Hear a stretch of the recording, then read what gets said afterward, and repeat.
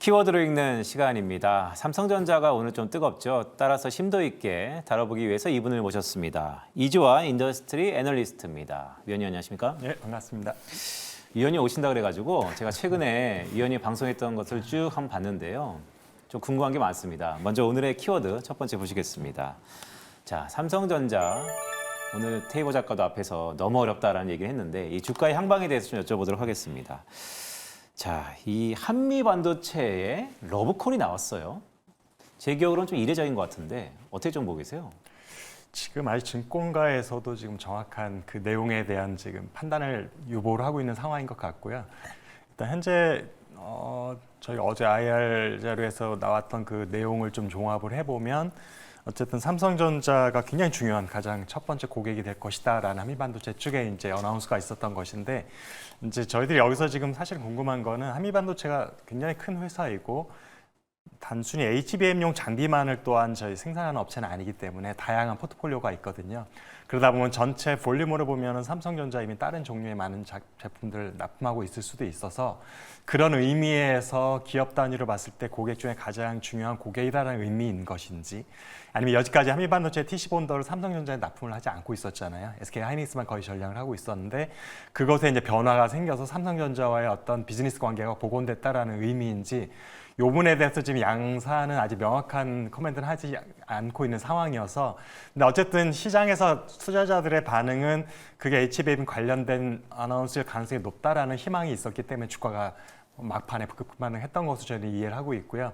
정말 그런 것인지는 이제 향후에 이제 공시가 되게 돼 있어요. 주요 제품에 대한 납품 실적에 대해서는 어디를 얼마 수주했다라는 게 공시하게 되어 있기 때문에 그곳에 정말 삼성전자 관련해 HBM 관련된 TC본더가 얼마만큼 얼마 정도의 수량을 수주했다라는 게 뜨면은 이제 팩트가 되는 것이고요.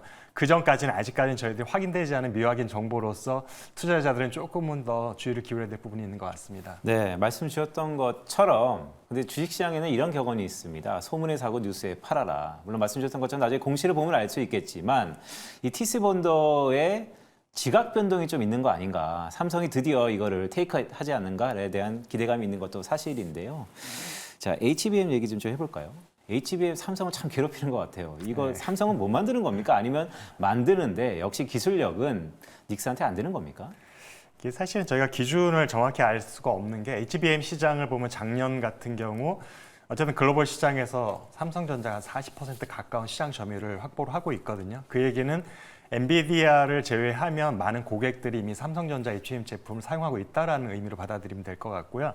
그렇다면 대부분의 기업들한테는 HBM 삼성전자 제품에 아무런 쿼럴 통관에 문제가 없었는데 왜 유독 엔비디아 쪽에서 테스트는 지원되고 있는가라는 것은 저희들이 궁금증이 생기는 것이죠.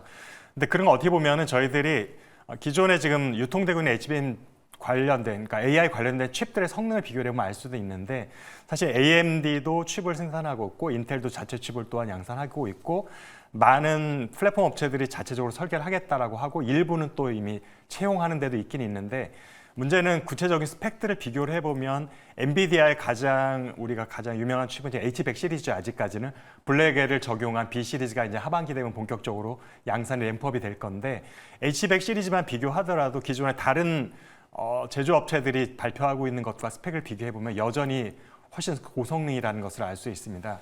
칩이 고성능이라는 얘기는 지금 최근에 로이터에서 지금 이것도 사실 미확인 정보이긴 하지만 삼성전자의 콜 테스트 통과 늦어지는 이유가 발열 이슈 내지는 이제 구동 전압 문제일 것이다, 전력 소모 문제일 것이다라는 것들이 나왔었는데 그것도 사실 엔비디아 쪽에서 삼성전자 확인해주지 않은 거기 때문에 아직까지는 이제 저희는 좀 가설로 받아들여야 되는 상황인데 그러한 우려가 받아냈던 거는 가장 고성능 칩이기 때문에 당연히 성능이 떨어진 것보다는 발열 이슈가 더 클 수밖에 없는 거고 전력 소모 이슈도 클 수밖에 없는 거거든요. 또 냉각 이슈도 불거질 수밖에 없는 거고 그래서 엔비디아가 좀 더 기준이 까다로울 수밖에 없는 것은 성능이 더 높기 때문이다라고 이해하시면 될 것 같고요. 그래서 엔비디아를 제외한 다른 고객들을 사용하는 칩은 그보다는 성능이 조금 떨어지기 때문에 삼성전자가 이미 납품하고 있는 것으로 충분한 그 기준을 충족시킬 수 있었다. 그래서 그것이 엔비디아 이제 우리들이 제품 납기가 늦어지는 이유 중에 하나일 거라 이해를 하시면 될 것 같습니다. 제가 좀 민감한 질문을 좀 드려야겠습니다. 위원님 얘기를 들어보니까 사실 시장에서 삼성전자를 약간 외면하는 이유 중에 하나가 삼성전자가 그동안 걸어왔던 이 역사를 보면 초격자의 역사였어요. 더구나 말씀드렸던 것처럼 엔비디아의 H100은 고 효율을 필요로 한다. 어떻게 보면 메이저리그 아닙니까? 이 메이저리그에서 지금 삼성전자의 기술력이 답보가 안 된 상태예요. 그렇다면 물론 마이너리그라고 칭하는 게 좀 그렇지만 인텔 다른 데 쪽에서의 삼성전자가 경쟁력이 있다 하더라도 이 엔비디아의 선택을 못 받아들였다는 것은 앞으로도 미래가 좀 불확실하다. 이런 게 삼성에 대한 우려감으로 작용하고 있는 것 같은데 그것에 대해서는 어떻게 좀 생각하세요? 사실 그 말씀하신 부분이 올 1분기와 2분기까지 주가 향방에 사실은 그 차이점을 드러나게 됐던 근본적 원인인데요. HBM 관련된 대부분의 국내 연관된 기업들 주가는 다 폭등을 했잖아요. 엔비디아와 같은 양상을 보여주고 있는데 유독 삼성전자는 다른 모양을 지금 패턴을 보여주고 있고 그 주된 원인이라고 할 것은 사실 실적은 계속 좋아질 거거든요.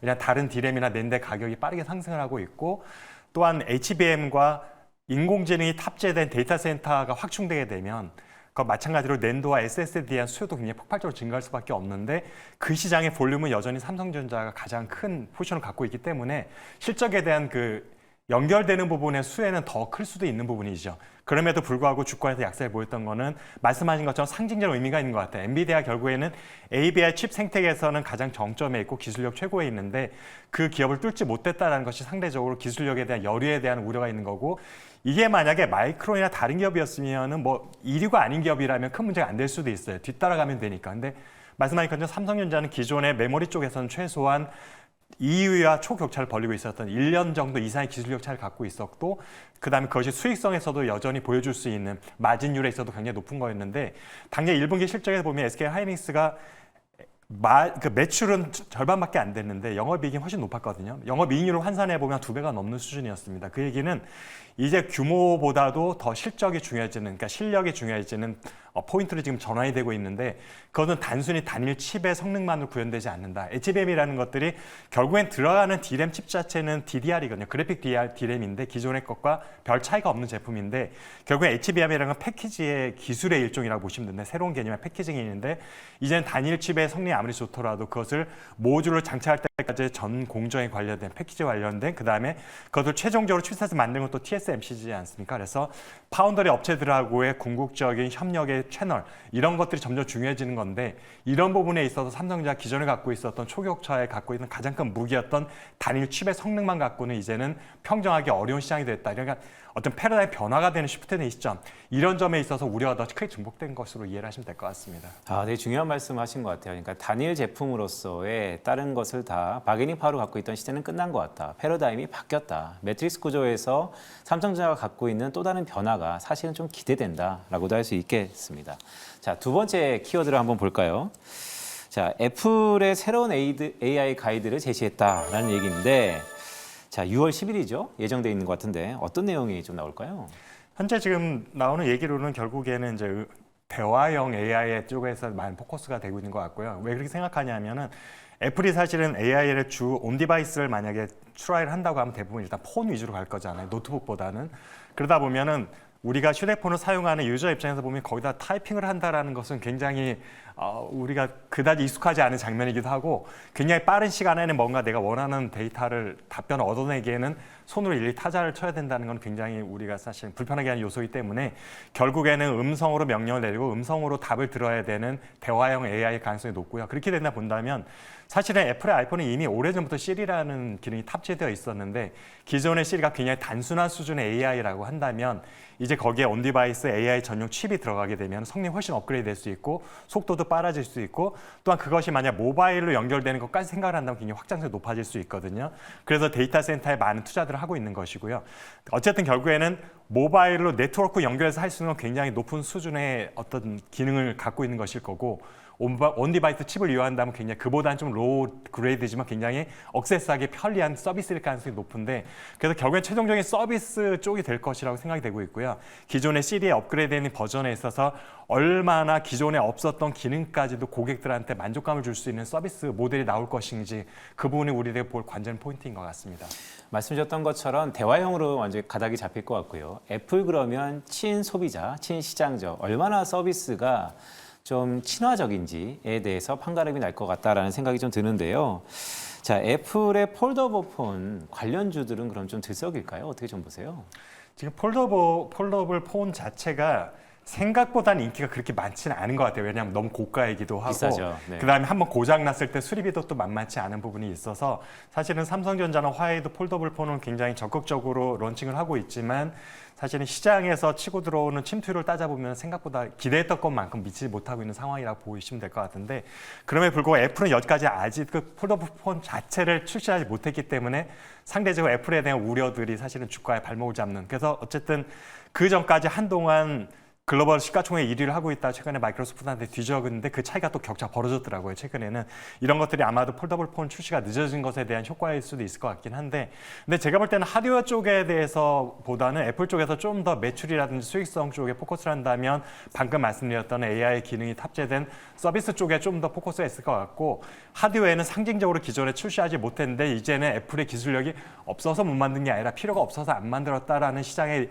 의구심을 해소할 수 있다라면 그 정도면 충분하다고 생각이 되고 있고요. 결국에는 고객을 좀 더 몰아올 수 있고 애플에 대한 고정 고객에 대한 충성도를 높일 수 있는 것들은 AI를 탑재한 서비스 쪽이 좀 더 중요하다 저는 생각하고 있습니다. 네, 위원님 말씀 들어보니까 사실 애플은 하드웨어 기업은 아니죠. 그렇죠. 필요가 없기 때문에 안 만들어졌다라는 이 어마무시한 아젠다가 증명이 된다면 또 다른 방향을 일으킬 것 같다라는 생각도 듭니다. 자, 마지막 키워드 한번 보겠습니다. 바야흐로 AI 시대인데요. 참 투자법이 AI한테 물어봐야 될 것 같아요. AI 시대의 현명한 투자법이 무엇인가? 자, AI 반도체 아니면 IT 섹터. 위원님이라면 둘 중에 택일이 약간 어불성설일 수도 있지만 어느 쪽에 좀 더 무게를 두고 계세요? 이게 AI라는 게 결국엔 우리가 조금 공급망을 좀 더 따져볼 필요가 있어요. 최종적으로 그 서비스로 비즈니스 모델을 하는 거는 플랫폼 업체들인 거고요.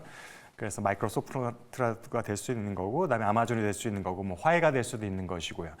그런데 그 다음에 그 중간 단계에서 그러면 그것을 구현할 수 있도록 만들어주는 AI 칩을 만드는 건 누구냐? 가장 대표적인 게 엔비디아인 거고, 엔비디아 칩이고, 그렇다면 그 엔비디아에 들어가는 여러 가지 부품 중에서 가장 중요한 부품 중에 하나는 뭘까? 물론 제일 중요한 건 GPU겠죠. 그건 엔비디아 직접 설계하고 TSMC가 만드는 것인데, 그 다음에 중요한 것은 결국 HBM 메모리 반도체인 것인데, 결국엔 이런 글로벌 체인이 기존에는 각각 개발해가지고 납품하면은 조립을 하면 되는 단계였지만 지금은 그 다음 단에 공정하고 연계되어 있다는 것이 가장 큰 변화인 것 같고요. 그러다 보니까 어떻게 보면은 메모리가 기존의 단일 칩으로서의 시장은 이제 쇠퇴기가 얼마 남지 않았다고 저는 보고 있거든요. 그래서 둔화되기 시작하는 영역이 최소한 10년 이내에 올 거라 저는 예상이 되고 있는데 그 돌파구 중에 하나가 패키징까지 아우르는 그 다음 단에 어쨌든 납품해야 되는 그 다음 단에 매니팩처러하고 설계 단계부터 서로 기술을 공유하고 같이 공동 개발하게 되는 단계로 가게 되면 기존의 메모리 칩을 단일 칩으로 만들었을 때 판매했을 때보다 훨씬 더 무궁무진한 비즈니스 기회가 열릴 거라 보고 있고요. 한국 기업들 특히 삼성전자나 SK 하이닉스가 앞으로 나아갈 지향해야 될 방향 중에 하나라고 보고 있고요. 이것이 성공하고 그 루틴을 잘 탈 수 있다라면 한동안 AI 시장의 성장세에 우리 기업들이 또한 수혜를 볼 수 있다고 저는 기대를 하고 있습니다. 위원님 얘기를 들어보니까 약간 걱정도 되면서도 또 기대도 됩니다. 왜냐하면 여태까지 단일 품목은 잘 만들어왔다.